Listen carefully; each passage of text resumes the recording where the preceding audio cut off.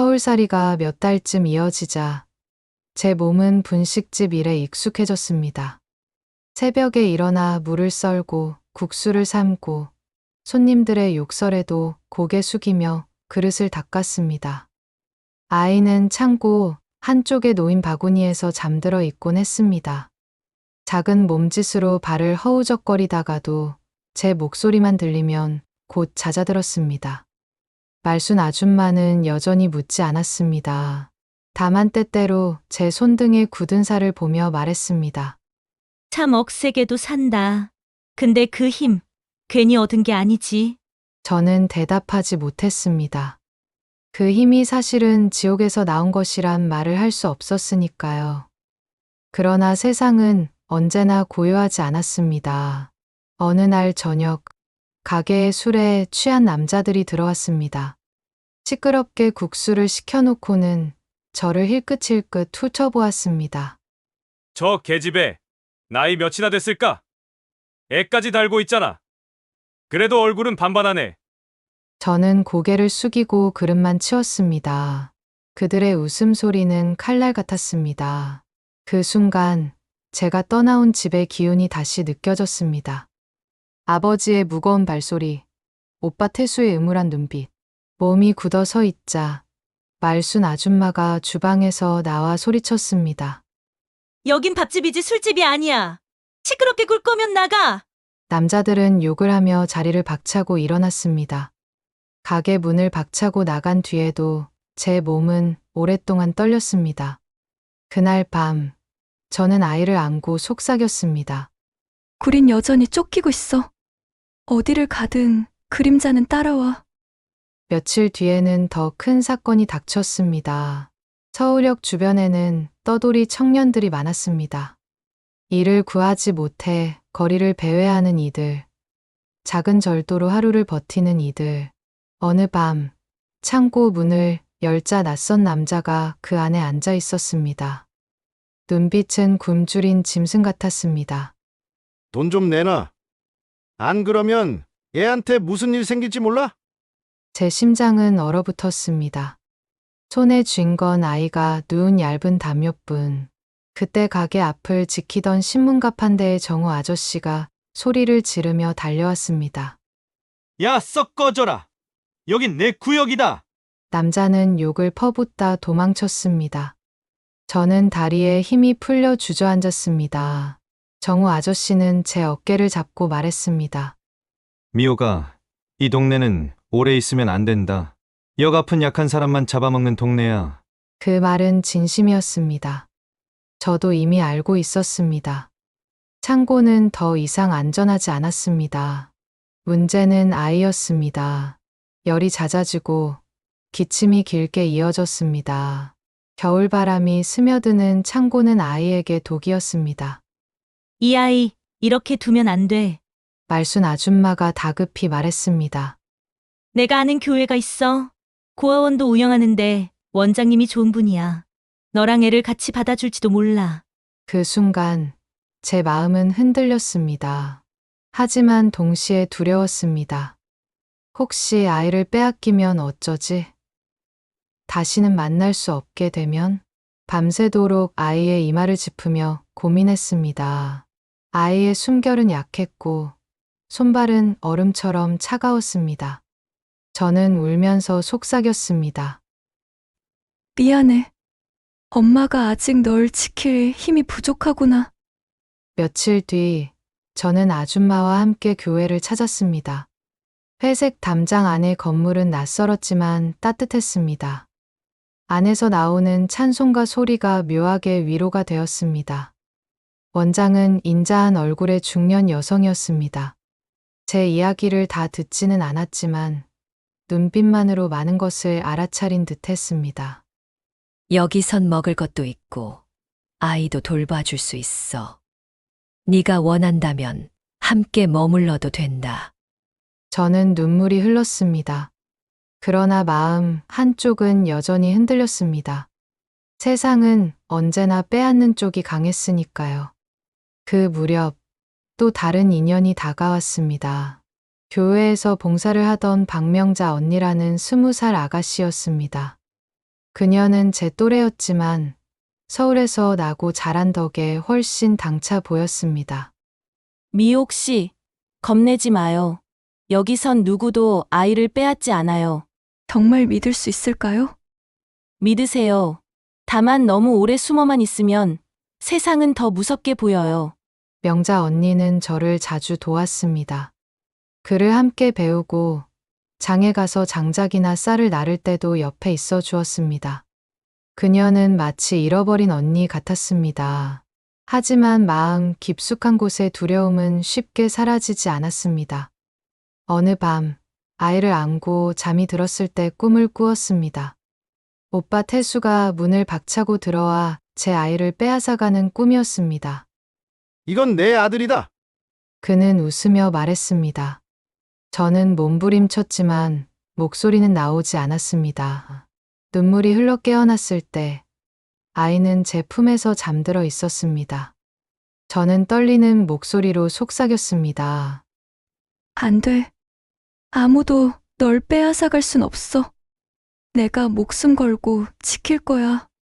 서울에서의 삶은 분명 새로운 시작이었지만 동시에 또 다른 싸움이었습니다. 굶주림과 가난, 사람들의 시선, 안전하지 못한 공간. 무엇보다 제 안에 남아있는 공포와 그림자가 가장 큰 적이었습니다. 그러나 저는 알았습니다. 멈추면 안 된다는 것을요. 그날 밤 교회의 십자가 불빛을 바라보며 다시 다짐했습니다. 이제는 도망치는 게 아니라 살아내야 한다. 아이를 위해서, 나 자신을 위해서. 서울살이의 겨울이 지나고 봄이 왔습니다. 교회 마당에 벚꽃이 흩날릴 때 아이는 처음으로 두 발로 서서 작은 걸음을 떼었습니다.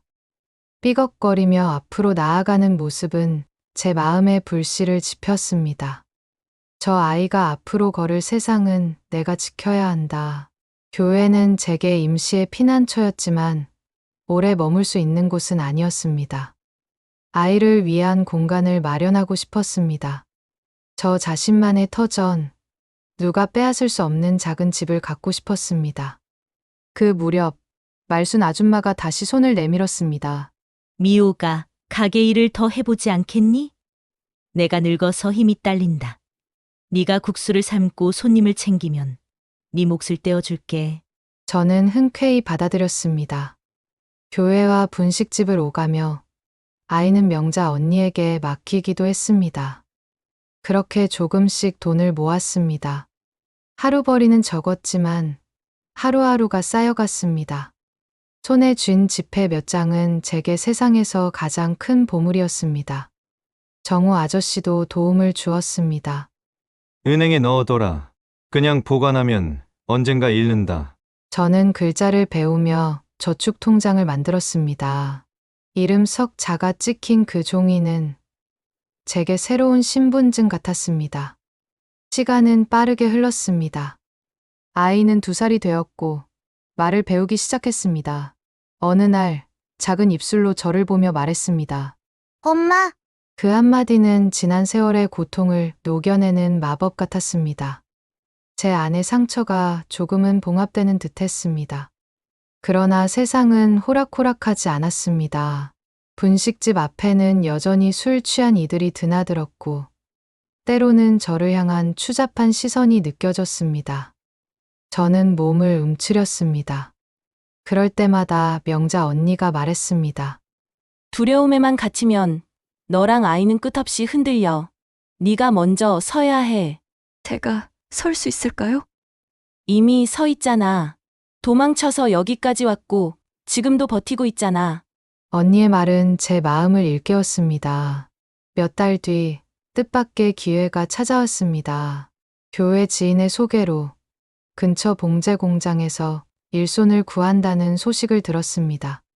분식집보다 임금은 적었지만 일정했고 안정적이었습니다. 무엇보다 낮에 일하고 밤에는 아이 곁에서 잠을 잘 수 있었습니다. 저는 고민 끝에 그 일을 맡았습니다. 재봉틀 앞에 앉아 바느질을 배웠습니다. 손끝은 피투성이가 되었지만 제 손에서 작은 옷들이 하나씩 완성될 때마다 묘한 성취감이 일었습니다. 미옥 씨, 손이 빠르네요. 공장 반장이 말했습니다. 열심히 하겠습니다. 열심히 하는 게 답이지. 여기선 남의 시선 안 봐도 돼. 그 말은 저를 안심시켰습니다. 공장에서 받은 첫 월급날, 저는 아이에게 작은 고무신을 사주었습니다. 붉은 고무 냄새가 나는 신발을 신고 아이가 마당을 뛰어다니는 모습은 제게 세상의 모든 축복처럼 느껴졌습니다. 엄마, 나 달려요. 그래, 마음껏 달려라. 저는 눈물이 맺혔습니다. 저 아이는 자유롭게 달려야 한다. 어떤 그림자도 붙잡지 못하도록. 그리고 마침내 작은 전환점이 찾아왔습니다. 공장 일을 하며 돈을 모은 지 2년째 되던 해, 저는 작은 단칸방을 얻을 수 있었습니다. 허름한 기와집 골목의 반지하방이었지만 제 이름으로 낸 보증금이었습니다.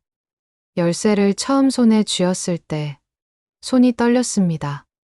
녹슨 철문을 열자 곰팡이 냄새가 스쳤지만 눈물이 앞을 가렸습니다. 여기가 우리 집이야. 아이는 기어 들어가며 손뼉을 쳤습니다. 우리 집, 우리 집. 그 순간 저는 알았습니다. 이제 더 이상 떠돌이가 아니라고, 제 발로 선 삶이 시작되었다고. 밤이 깊어가고 낯선 방의 천장에는 작은 전등이 켜져 있었습니다. 아이는 고무신을 벗어놓고 곤히 잠들었습니다. 저는 아이 곁에 앉아 작은 일기장을 펼쳤습니다. 오늘 우리 집을 얻었다.